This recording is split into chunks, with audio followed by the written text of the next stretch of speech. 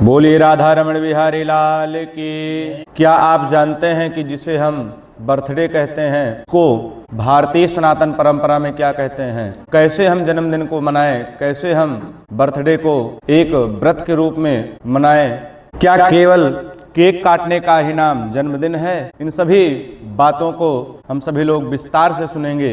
हमारे यहाँ जन्मदिन को वर्धापन से भी जोड़ा गया है, लेकिन प्रश्न यह बनता है कि क्या वर्धापन का वास्तविक स्वरूप क्या है? क्या वर्धापन संस्कार और जन्मदिन मनाना एक ही चीज है? क्या जन्मदिन हमेशा अंग्रेजी तारीख पर ही मनाया जाए या फिर जन्म तिथि या जन्म नक्षत्र के आधार पर मनाया जाए, या उसका भी कुछ महत्व है? और सबसे बड़ा प्रश्न यह है कि जन्मदिन पर केक काटना क्या हमारी सनातन वैदिक परंपरा है या केक काटना केवल एक आधुनिक प्रचलन सा बन गया है? आज की इस वीडियो में हम इन्हीं प्रश्नों को शास्त्रीय और सरल भाषा में समझेंगे।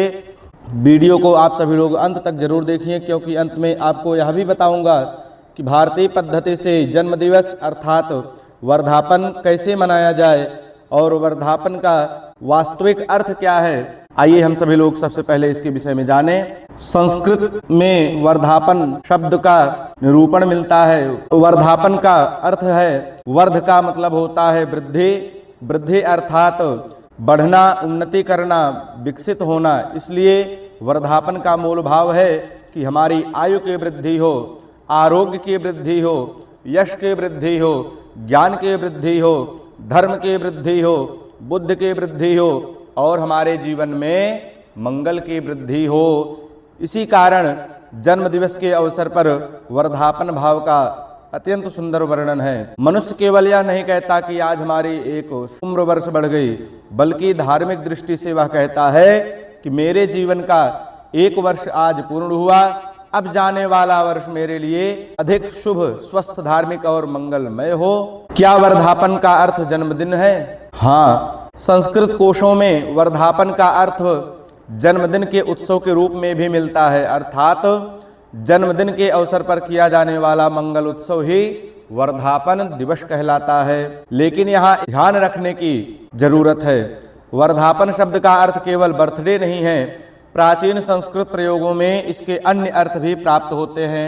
इसलिए किसी भी शब्द का अर्थ उसके संदर्भ के अनुसार जानना चाहिए, समझना चाहिए। वर्धापन अर्थात जन्मदिन का मंगल उत्सव। जन्मदिन और वर्धापन में अंतर क्या है? सामान्य रूप से हम प्रायः कहते हैं कि आज इनका बर्थडे है, आज उनका बर्थडे है, लेकिन भारतीय संस्कार सनातन परंपरा में केवल जन्म की तारीख याद करना उद्देश्य नहीं है, अपितु वर्धापन का उद्देश्य है कि जन्म दिवस पर अर्थात वर्धापन दिवस पर ईश्वर का स्मरण, ईश्वर की पूजा, देवताओं की पूजा, भगवान की स्तुति, आयुष्य की दीर्घायुष्य की कामना, आरोग्यता की प्रार्थना, माता पिता और गुरु का आशीर्वाद तथा मंगल कार्य करना ही वर्धापन दिवस का प्रमुख उद्देश्य है। इसलिए जो बर्थडे है वह एक आधुनिक शब्द है और जन्मदिन जो है वह हिंदी शब्द है। जन्मोत्सव धार्मिक सामाजिक उत्सव है और वर्धापन दिवस को मंगल एवं आयुष वृद्धि की भावना से मनाने का सनातन संस्कार है। अब सबसे महत्वपूर्ण प्रश्न है कि क्या जन्मदिन अंग्रेजी तारीख से या जन्मतिथि जन्म नक्षत्र से? प्रायः बहुत सारे लोग पूछते हैं, मान लीजिए किसी व्यक्ति का जन्म हुआ 15 अगस्त को, तो आधुनिक ग्रिगोरियन कैलेंडर के अनुसार उसका बर्थडे हर वर्ष 15 अगस्त को ही आएगा। लेकिन भारतीय पंचांग की दृष्टि से केवल अंग्रेजी तारीख ही आधार नहीं है, अपितु यदि जन्म के समय शुक्ल पक्ष की पंचमी तिथि थी, उस व्यक्ति के जन्म दिवस का भारतीय आधार उस जन्म तिथि के पुनः आने से भी जुड़ता है। इसी प्रकार जब जन्म नक्षत्र का भी विशेष महत्व हो सकता है। इसलिए भारतीय परंपरा में जन्म दिवस को समझने के लिए जन्म तिथि, जन्म नक्षत्र दोनों को ध्यान में रखना बहुत ही उपयोगी है। क्या अंग्रेजी तारीख पर बर्थडे मनाना गलत है? नहीं, इसे लेकर अनावश्यक भ्रम नहीं होना चाहिए।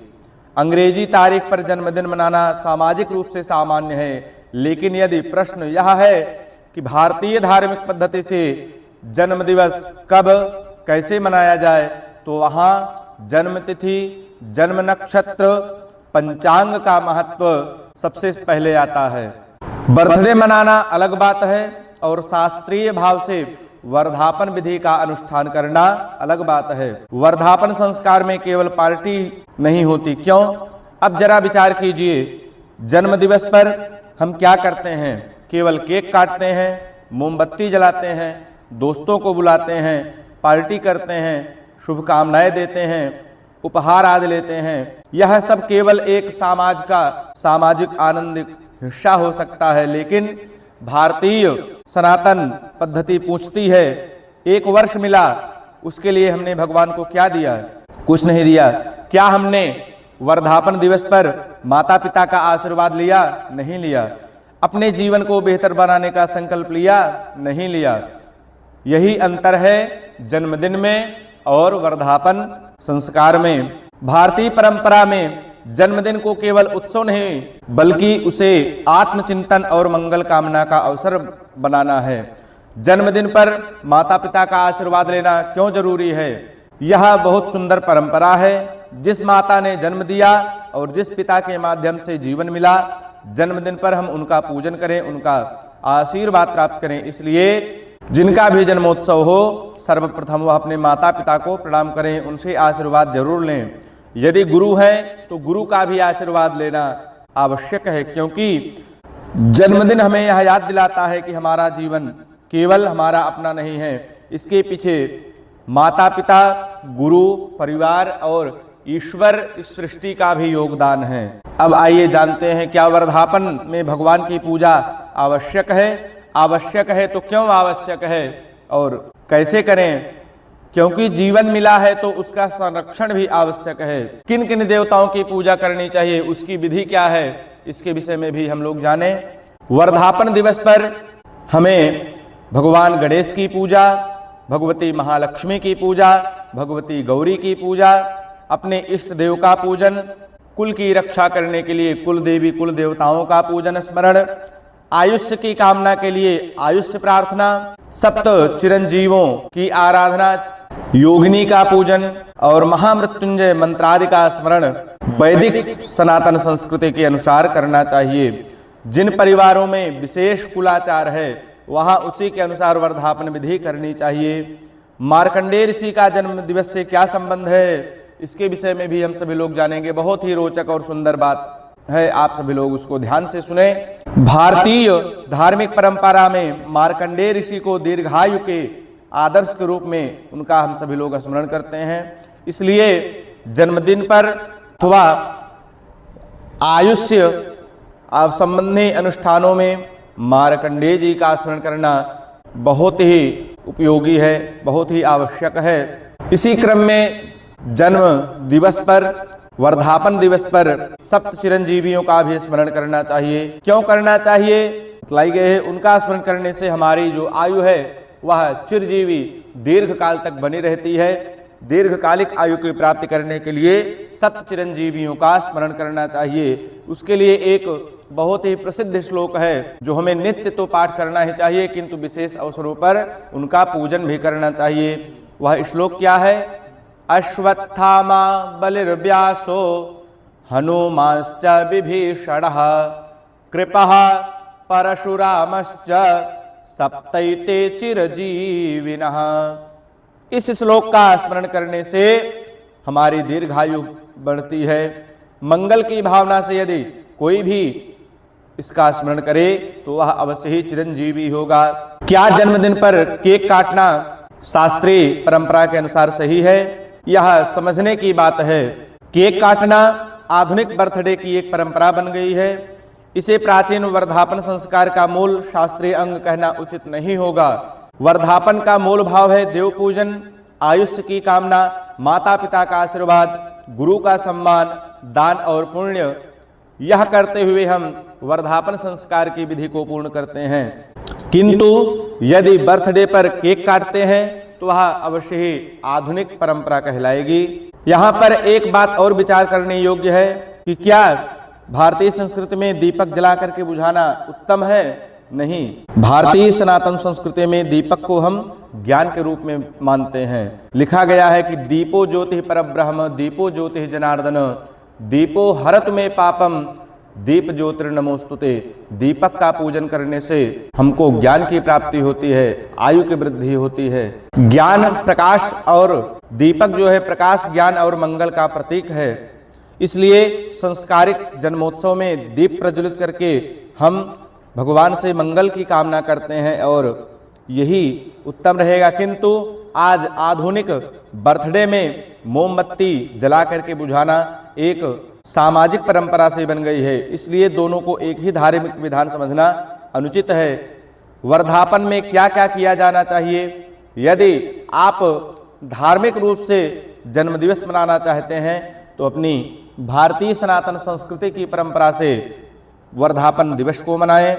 सबसे पहले प्रातः स्नान करें, सुंदर वस्त्रों को धारण करें, ईश्वर को प्रणाम करें, उसके बाद गुरुजनों का स्मरण करें, फिर जाकर के माता पिता का आशीर्वाद प्राप्त करें, गौ माता को प्रणाम करें, पृथ्वी माता को प्रणाम करें, कुल देवी देवता का स्मरण करें, जन्म नक्षत्र को प्रणाम करें, आयुष्य की कामना करें, मार्कंडेय ऋषि का स्मरण करें, ब्राह्मण साधु संतों को प्रणाम करें, संभव हो तो घर में पूजन इत्यादि करें। यदि यह संभव ना हो तो कहीं देवालय में जाकर के भगवान को प्रणाम करें, भगवान का स्मरण करें। वहाँ पर बहुत सारे दीनहीन दुखियों को धन धान्य आदि दे करके, अन्न आदि दे करके उनको भोजन करावें या उनको फल मीठा इत्यादि खिला करके पुण्य की प्राप्ति करें।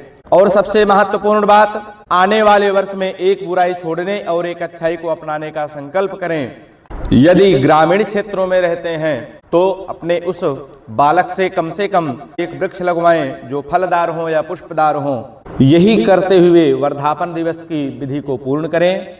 हम कहते हैं कि आज मेरी 1 वर्ष की उम्र बढ़ गई, लेकिन जीवन की धार्मिक दृष्टि से देखें तो हमारे जीवन का 1 वर्ष बीत भी गया। इसलिए जन्मदिन केवल हमें खुशी ही नहीं देता, अपितु हमें बीते हुए समय की कीमत बतलाता है। जो काल बीत गया वह काल दोबारा वापस आने वाला नहीं है। यही हमारे समय की कीमत को यह वर्धापन दिवस बतलाता है। 1 वर्ष बीत गया, किंतु अब जो वर्ष मिला है उसे कैसे जीना है, उस वर्ष में कितना धर्म करना है, कितना पुण्य करना है, माता पिता की कितनी सेवा करना है, कितना ज्ञान प्राप्त करना है और समाज के लिए क्या करना है।